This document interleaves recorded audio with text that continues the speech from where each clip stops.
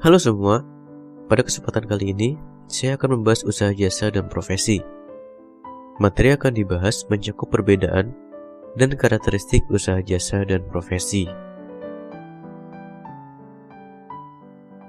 Menurut Kamus Besar Bahasa Indonesia, jasa didefinisikan sebagai perbuatan baik atau berguna yang bernilai bagi orang lain, negara, instansi, dan sebagainya. Nah, dalam dunia kewirausahaan, usaha jasa sendiri merupakan salah satu bentuk kegiatan ekonomi dengan keluaran berupa non-benda yang ditawarkan penyedia jasa kepada konsumen. Karakteristik jasa adalah 1. Abstrak dan tidak berwujud. Artinya, jasa tidak dapat dilihat, dicicipi, atau disentuh. 2. Tidak dapat dipisahkan. Artinya, konsumen harus melihat dan ikut ambil bagian dalam proses produksi jasa. 3. Heterogenitas. Jasa merupakan variabel non-standar dan sangat bervariasi. Artinya, tidak ada hasil jasa yang sama persis walaupun dikerjakan oleh orang yang sama. Dan yang terakhir, tidak tahan lama. Artinya, jasa tidak bisa disimpan, dijual kembali kepada orang lain, atau dikembalikan kepada produsen. Nah, dari keempat karakteristik jasa tersebut, bisa disimpulkan bahwa jasa sangat bersifat abstrak. Lalu, bagaimana cara menilai kualitas jasa? Nah, untuk menilai kualitas jasa, kita bisa menggunakan faktor kepuasan pelanggan.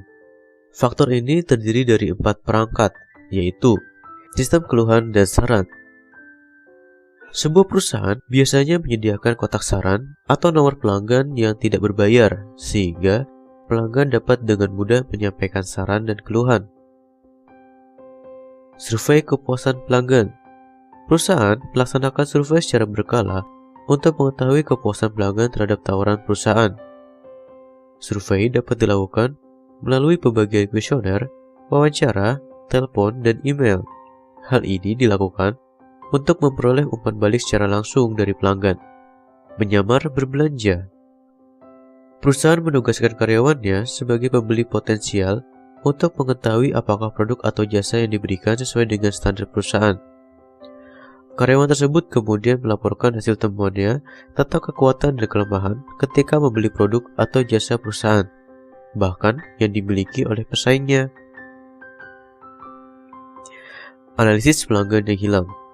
Perusahaan melakukan analisis penyebab pelanggan berhenti membeli atau berpindah ke perusahaan lain.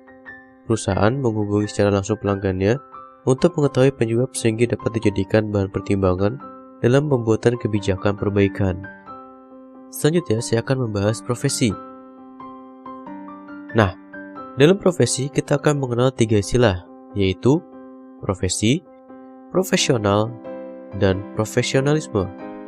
Dalam Kamus Besar Bahasa Indonesia, profesi adalah bidang pekerjaan yang dilandasi pendidikan keahlian tertentu.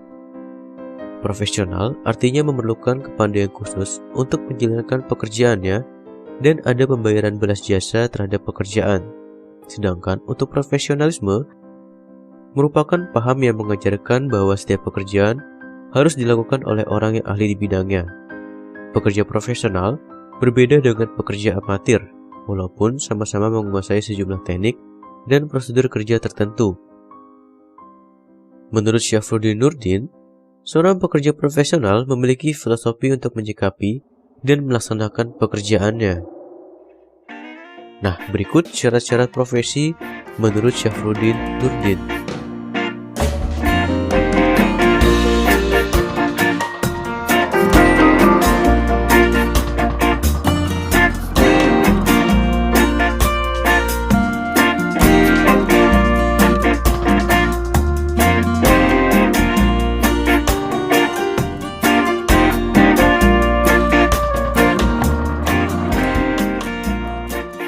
Jadi, bisa kita simpulkan, suatu pekerjaan dapat dipandang sebagai suatu profesi apabila telah memenuhi hal-hal berikut.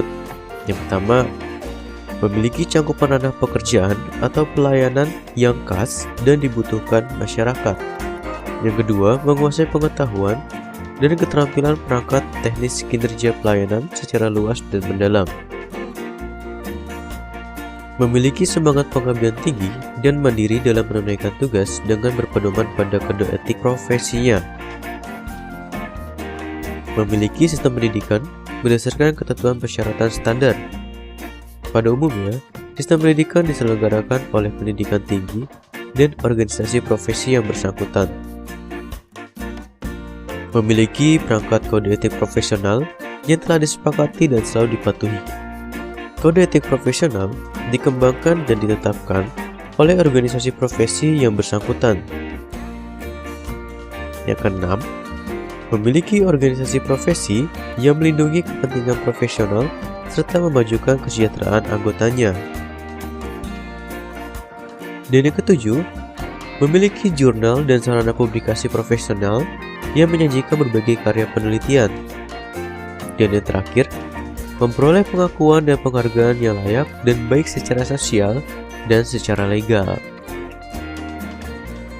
Oke, itulah materi kita pada pembelajaran kali ini. Semoga bermanfaat dan sampai ketemu di video pembelajaran berikutnya.